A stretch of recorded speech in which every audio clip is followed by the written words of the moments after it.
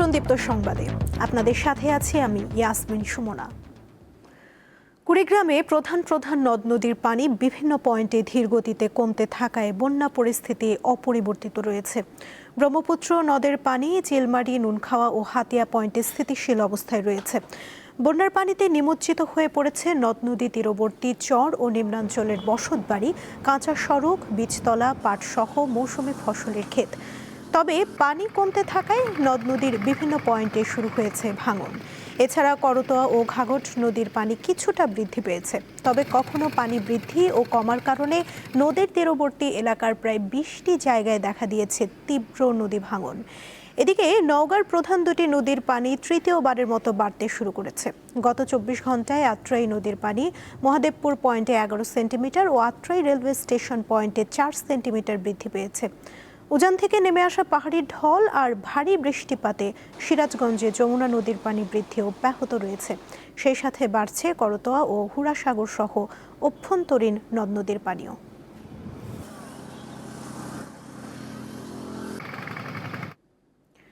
সুনামগঞ্জের তাহিরপুর উপজেলার সীমান্তবর্তী কয়েকটি গ্রাম সম্প্রতি পাহাড়ি ঢলে ব্যাপক ক্ষতির মুখে পড়েছে।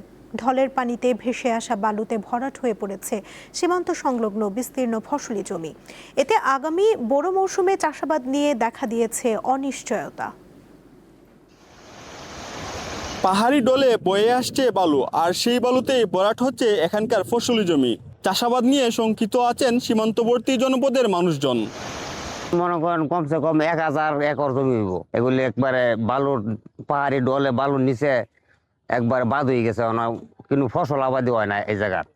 পাহাড়ি ডলে বালু পয়রা নষ্ট হয়ে গেছে, আমরা আবাদ করতে পারি না। পানির ধারণ ক্ষমতা কমে যাওয়ার কারণে আমাদের এই যে সংসার হাওরের যে আবাদি জমিগুলি আসছিল, প্রায় কয়েকশো একর আবাদি জমি, 1000 খানিকের মতন হবে, এগুলি বালুয় প্লাবিত হয়ে যাওয়ার ফলে আমাদের কৃষকরা কৃষিকাজ করতে পারতেছে না। এই জমি চালালে আমরা চলতে পারতেছি না। জমি বন্যা কোথায় পড়ুন আমরা নামতে পারি, কিন্তু চলবো আমরা। পানির সাথে সাথে যে সমস্ত বালি এসে ওই এলাকার কৃষি অঞ্চল ক্ষতিগ্রস্ত হয়েছে, কৃষি জমি, সেটা আমরা খোঁজ নিচ্ছি এবং সেখানে কি পরিমাণ জমি বালির কারণে চাষাবাদ করা যাচ্ছে না এবং ওই জমিগুলোতে কয়টা ফসল করতে পারে সেটা আমরা যাচাই করে আমরা উপজেলা প্রশাসনকে আমরা অবহিত করব, যাতে এই জমিগুলো থেকে বালি অপসারণ করে এটাকে কৃষির আওতায় নিয়ে আসা হয়। ফসলি জমি আবাদ করতে বালু অপসারণে যথাযথ উদ্যোগী হবে সরকার, এমনটি প্রত্যাশা এখানকার চাষিদের। জাকারিয়া আহমদ, দীপ্ত সংবাদ, সুনামগঞ্জ। রাজধানীর সোহরাওয়ার্দী মেডিকেল কলেজ ও হাসপাতালে চিকিৎসা নিতে এসে নানা ভোগান্তির অভিযোগ করেছেন রোগী ও তাদের স্বজনরা। এর মধ্যে ওষুধ কোম্পানির প্রতিনিধিদের দৌরাত্ম্য ও চিকিৎসকের সিরিয়াল পাওয়া সহ প্রতিটি পদে পদে নাজেহাল হতে হচ্ছে সেবা প্রার্থীদের। হাসপাতাল কর্তৃপক্ষ জানান, এসব সমস্যা কাটিয়ে ওঠার চেষ্টা চলছে।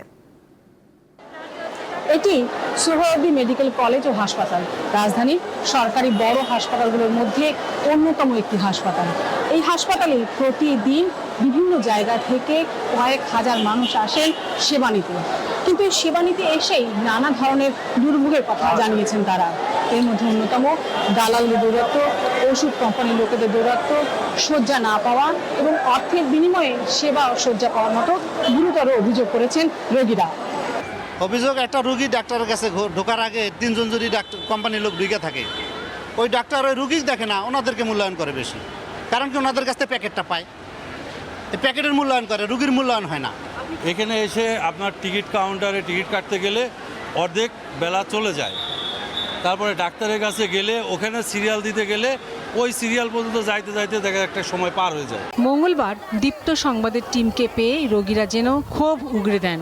বলেন, পরীক্ষা নিরীক্ষার জন্য লম্বা লাইন পার হতে হয়, আবার সব পরীক্ষা হয় না, ফলে অন্য হাসপাতালে যেতে হয়। এন্ডোস্কোপি করার জন্য দিছে, সকাল থেকে আমি ঘুরতাছি, কোনো কাউন্টারে টাকা নেয় না। গেছি আবার এন্ডোস্কোপির রুমে, এন্ডোস্কোপির মেশিন নষ্ট। গেছি পপুলারে এখানে নেয় 600 টাকা, পপুলারে নেয় 3000 টাকা। এখানে যেটা হয় 500 টাকা করানো যায়, কিন্তু এটা করা আমাদের এখানে দেয় না, বাইরে পাঠিয়ে দেয়। ওনাদের ডাক্তারের পরিচিত লোক বাইরে থাকে, হসপিটাল থেকে। আবার এমনও হয় যে ওনারা যে হসপিটালে আমাদের পরীক্ষা করতে পাঠাবে ওইখানেই করতে হবে। সর্বশেষ বলে কি, আপনার রুগীর এই সমস্যা না, অন্য একটা সমস্যা। সাধারণ একটা ফ্যামিলির থেকে যদি 30-40 হাজার টাকা তার কাছে গুছানো বড়ই কষ্টের বিষয়। সবচেয়ে বেশি অভিযোগ শয্যা পাওয়া নিয়ে, এজন্য দিতে হচ্ছে অর্থ। যদি হুইল চেয়ার চাই 500 টাকা আগে দেন, আর সিটার সিট তো পাওয়াই যায় না, টাকা দিলে সিট পাওয়া যায়। রুগী কাঁদতেছে, রুগী হাই হাই করে চিৎকার করছে, কিন্তু একটা টিকিট পাচ্ছে না। একদম সিন্ডিকেট। এখন আমি এক জায়গায় যাই, ধরেন এখানে গেছি, হ্যাঁ, তো ডাক্তার দেখানোর পর বের হইছি, ওইখানে থাকে একজনই বলে যে ভাই আমার কাছে টাকা দিলে আমি আপনার চিকিৎসা করে দিতে পারবো, আমার কাছে টাকা দিলে আমি আপনার সিরিয়াল লাগবে না, আমি ইমার্জেন্সি আপনাকে এই জিনিসটা করে দিতে পারবো। এসব অভিযোগ নিয়ে হাসপাতালের পরিচালক জানান, জনবল সংকট ও রোগীর অতিরিক্ত চাপ থাকায় অনেক সময় সেবা দেওয়ায় বিঘ্ন ঘটে। ওষুধ কোম্পানির নৈতিকতা নিয়েও কথা বলেন তিনি। এটা 850 করে জনবল দিয়ে চলতেছে হসপিটাল, কিন্তু এখানে স্টিল আমাদের ডেইলি আউটডোরে রুগী হচ্ছে 4 থেকে 5,000। সো যেটা আমাদের মেডিকেল অফিসারও আউটডোর মেডিকেল অফিসার প্রশ্ন সীমিত, সব মিলিয়ে কিন্তু আমরা একটু সীমিত জনবল দিয়ে আমরা চালাচ্ছি। একটা পেশেন্টের প্রেসক্রিপশনের ছবি তোলা এটা অবশ্যই ঠিক না। তবে সংকট কাটিয়ে ওঠার চেষ্টা করা হচ্ছে বলেও জানান তিনি। লাবণী গুহ, দীপ্ত সংবাদ, ঢাকা। ভোলা সদর উপজেলার চরসামাইয়া ইউনিয়ন একসময় এই জনপদের জীবন জীবিকা ছিল নদী কেন্দ্রিক, কিন্তু সেখানে এখন সর্বত্র মাছ চাষ করছেন স্থানীয়রা, ফলে ঘটছে নীরব বিপ্লব। নদীর পানি স্লুইস গেটের মাধ্যমে পুকুরে প্রবেশ করিয়ে গড়ে তোলা হয়েছে মাছের খামার। বর্তমানে এই এলাকায় 5 শতাধিক চাষি বাণিজ্যিকভাবে বিভিন্ন জাতের মাছ উৎপাদন করছেন, অথচ দ্বীপ জেলা ভোলার এই অঞ্চলে নিকট অতীতে এমনটি দেখা যায়নি। একজনের দেখা দেখি মনে করেন এখন 300 থেকে 350 লোক এই মাছে জড়িত। আমাদের চরসামাইয়ার মাছের কোয়ালিটি ভালো, খাইতে স্বাদ, নদীর সাথে সুইচগেট করা। আমাদের 30-35টা ঘের আছে, এই আমাদের নদীর সাথে ঘের, এই মাছগুলা খাইতে খুব সুস্বাদু। আমাকে 37টা পুষ্কুনি আছে, সব নদীর লগে সব সুইচগেট করা, পানি আপ ডাউন হয়। আমার প্রতিদিন 20 থেকে 25 মণ মাছ আমার উঠে প্রতিদিন। দুপুরবেলা আমি মাছ মাফি, ইনশাল্লাহ খুব লাভবান ভালো। প্রতি মাসে আমার প্রায় 45 থেকে 50 লক্ষ টাকার মাছ আমি মাপি। স্থানীয়রা জানান, মাছ চাষের মাধ্যমে তারা বেশ লাভবান হচ্ছেন, তাই এই খাতে অনেক উদ্যোক্তাও আগ্রহ দেখাচ্ছেন, ফলে সৃষ্টি হচ্ছে কর্মসংস্থান। দোকানদার, চাকরিজীবী এবং এলাকার যত বেকার লোক আছে সবাই মাছ চাষ করে। তো এখন বর্তমানে আমিও মাছ চাষের সাথে জড়িত হয়েছি। ছোট পুষ্করিণী মাছের চাষ শুরু করছি। বছর প্রতি 1 বছর লাভবান হওয়ার পর আরেক বছর আরেকটা বাড়াইছি, আরেক বছর লাভবান হওয়ার আরেকবার করছি। এতে আমাদের এলাকার সবসময়তে মাছের চাষ সবে কম বেশি সবে মাছের চাষের লাগে জড়িত। প্রয়োজনীয় পরামর্শ দিয়ে চাষিদের সহযোগিতা করছে ভোলা সদর উপজেলার মৎস্য অফিস।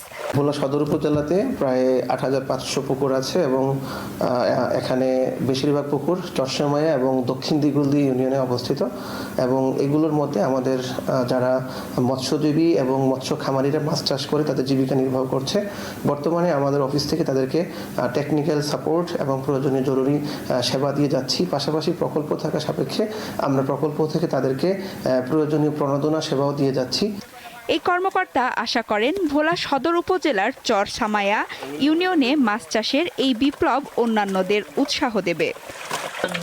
সঞ্জিদা স্নিগ্ধা, দীপ্ত, বার্তা কক্ষ। ভারতের দিল্লিতে শিক্ষার্থীদের আন্দোলন, অবস্থান কর্মসূচি ও পুলিশি অভিযানের মতো নাটকীয় ঘটনার পর রাজনৈতিক উত্তেজনা আরও বেড়েছে।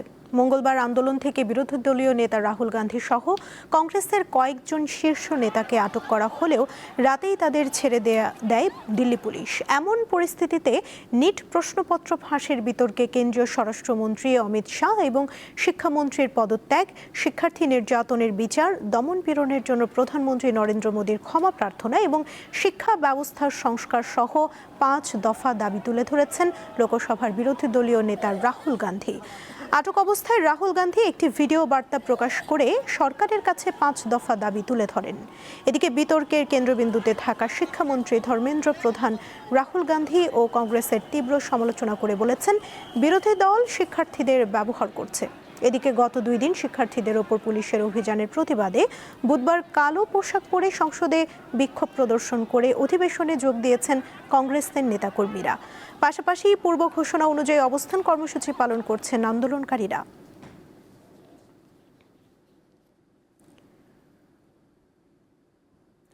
ভারতের উত্তর পূর্বাঞ্চলীয় রাজ্য আসামে বন্যা পরিস্থিতির অবনতির ফলে একদিনে আরও 21 জনের মৃত্যু হয়েছে। ফলে চলতি বছরে বন্যায় আসামি মৃতের সংখ্যা বেড়ে দাঁড়িয়েছে ৩১ জনে। ভারতীয় গণমাধ্যম এনডিটিভি জানিয়েছে সবচেয়ে বেশি প্রাণহানির ঘটনা ঘটেছে শিবসাগর জেলায়। এছাড়া চড়াইদে জেলায় ৫ জন, গোলাঘাটে ২ জন এবং জোড়াহাটে ১ জন মারা গেছেন বলে জানিয়েছে আসাম রাজ্য দুর্যোগ ব্যবস্থাপনা কর্তৃপক্ষ। সংস্থাটি জানিয়েছে একই সঙ্গে রাজ্যের ১৬ জেলায় ৫,৬৪,০০০-এর বেশি মানুষ বন্যা কবলিত হয়েছে। ৪৪টি রাজস্ব সার্কেলের আওতায় ৮৭২টি গ্রাম এখনও পানিতে তলিয়ে আছে। রেললাইনে বন্যার পানি উঠে যাওয়ায় টানা দ্বিতীয় দিনের মতো ট্রেন চলাচল ব্যাহত হয়েছে।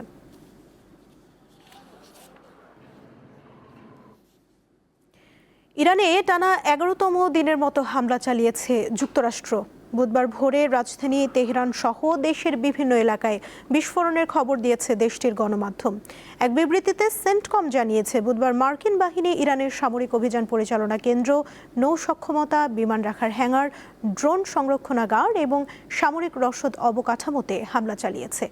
ইরানের গণমাধ্যমগুলো জানিয়েছে দেশটির দক্ষিণাঞ্চলের বুশেহর, সিরিক, খুজেস্তান প্রদেশের বেহবাহান ও ওমিদিয়ে শহরের কাছাকাছি এলাকায় যুক্তরাষ্ট্রের ক্ষেপণাস্ত্র হামলা হয়েছে। এদিকে পিক্যাক্স মাউন্টেন নামক ইরানের একটি সন্দেহভাজন পারমাণবিক স্থাপনায় ভয়াবহ হামলার হুমকি দিয়েছেন ট্রাম্প। এতে করে উপসাগরীয় অঞ্চলে যুদ্ধের পরিধি আরও বাড়বে বলে হুঁশিয়ারি দিয়েছেন তেহরান। অন্যদিকে দুই দেশের যুদ্ধবিরতি কার্যকর করতে পাকিস্তান মধ্যস্থতার চেষ্টা চালালেও নতুন কোনো সমঝোতার ইঙ্গিত মেলেনি বলে জানিয়েছে পাকিস্তানি গণমাধ্যম।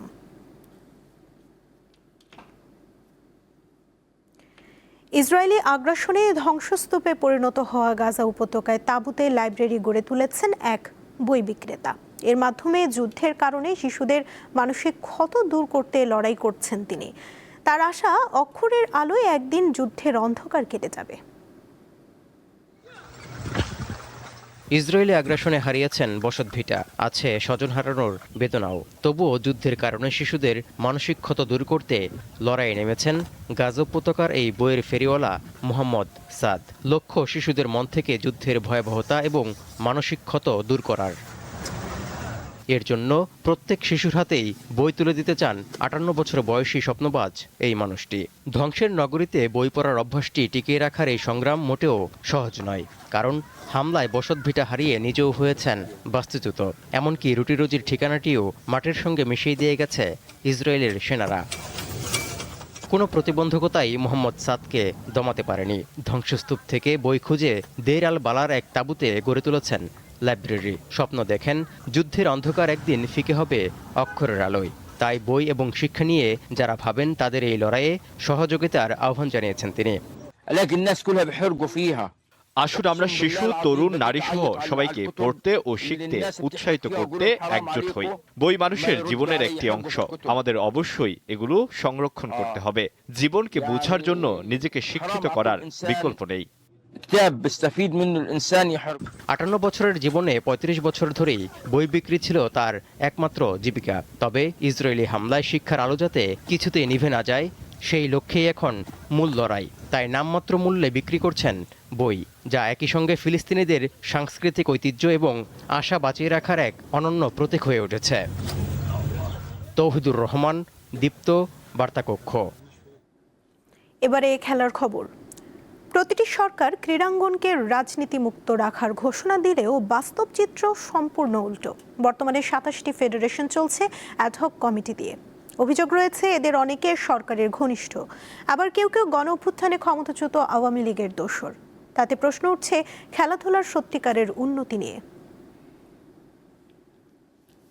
বর্তমান সরকার দায়িত্ব নেওয়ার পর দেশে ক্রীড়াঙ্গনে বড় ধরনের রদবদল আসে। প্রথম দফায় একসঙ্গে ২৭টি ফেডারেশনের কমিটি ভেঙে গঠন করা হয় নতুন অ্যাডহক কমিটি। এর আগে আরেক দফায় রদবদল হয় অন্তর্বর্তী সরকারের সময়।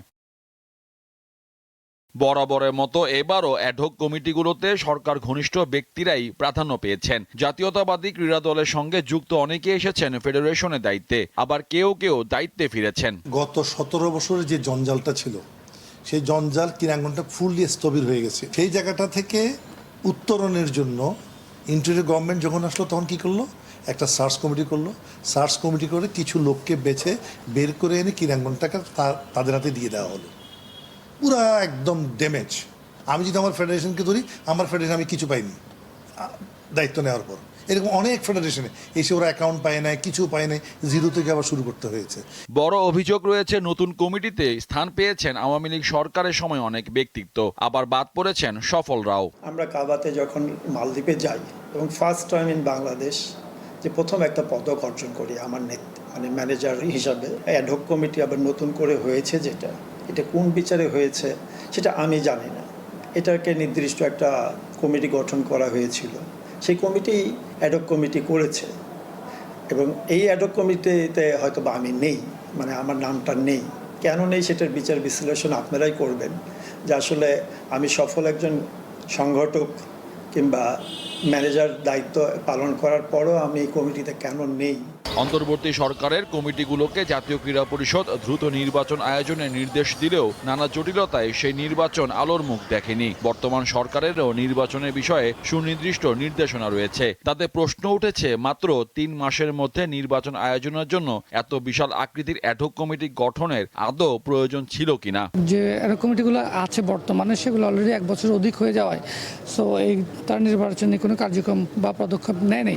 তারা আগামী 3 মাসের মধ্যে নির্বাচনের মাধ্যমে গণতান্ত্রিক প্রক্রিয়ায় বাংলাদেশের ক্রীড়াঙ্গনে যারা গুণীজন আছেন, যারা ক্রীড়াবিদ রয়েছে, ক্রীড়া সংগঠক, যারা স্পন্সর প্রতিষ্ঠান বা কর্পোরেট হাউস রয়েছে, যারা ক্রীড়া ক্ষেত্রে বিনিয়োগ করার জন্য এগ্রি করছেন, তাদেরকে সমন্বয়ে একটি স্বাবলম্বী ফেডারেশন করার লক্ষ্যে আমরা কিন্তু কিছু সুপারিশ আমরা ফেডারেশনে দিয়েছি। বলা হয় সংগঠক সমৃদ্ধ হন অভিজ্ঞতায়, কিন্তু নতুন নেতৃত্ব দরকার। অনেক খেলাতেই সেটা গড়ে ওঠেনি, ফলে বছরের পর বছর একক রাজত্ব চলে। সরকার বদলালেও এই মুখগুলো থেকে যায়। মোহাম্মদ হাসিব, দীপ্ত স্পোর্টস, ঢাকা। সিরিজের পঞ্চম ও শেষ ম্যাচে সান্ত্বনার জয় পেয়েছে ওয়েস্ট ইন্ডিজ। 15 বল হাতে রেখে নিউজিল্যান্ডকে 2 উইকেটে হারিয়েছে শাই হোপের দল। টসে হেরে আগে ব্যাট করা নিউজিল্যান্ড 3 অর্ধশতকে 9 উইকেটে 268 রান তোলে।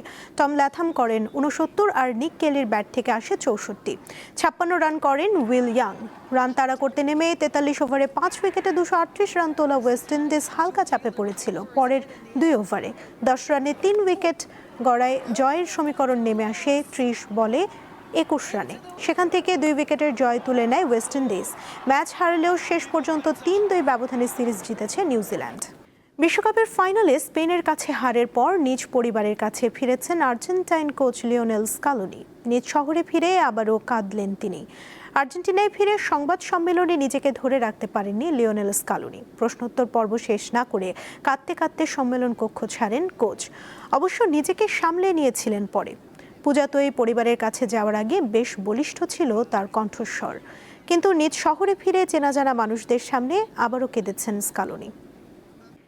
ব্রিটিশ ফুটবলারদের মধ্যে সবচেয়ে দামি খেলোয়াড় হিসেবে দলবদল সম্পূর্ণ করে রেকর্ড গড়েছেন English forward Morgan Rogers. Aston Villa ছেড়ে রজার্স যোগ দিয়েছেন প্রিমিয়ার লিগেরই আরেক ক্লাব চেলসিতে। চুক্তির অঙ্ক আনুষ্ঠানিকভাবে জানানো হয়নি, তবে বিভিন্ন সংবাদ মাধ্যমের খবর রজার্সকে দলে টানতে চেলসি খরচ করেছে 11,70,00,000 পাউন্ড। এর মাধ্যমে রজার্স ইংল্যান্ডের এলিয়ট অ্যান্ডারসনকে ছাড়িয়ে ব্রিটিশদের মধ্যে ট্রান্সফার ফির নতুন রেকর্ড গড়লেন। চলতি মাসের শুরুতে নটিংহ্যাম ফরেস্ট থেকে ম্যানচেস্টার সিটিতে 11,60,00,000 পাউন্ডে যোগ দেন অ্যান্ডারসন। এই ছিল এখনকার মতো। পরবর্তী সংবাদ দুপুর 2টায় দেখার আমন্ত্রণ রইল। এছাড়া আরও তথ্য পেতে যুক্ত থাকুন দীপ্ত ডিজিটাল প্ল্যাটফর্মের সাথে। ধন্যবাদ সবাইকে।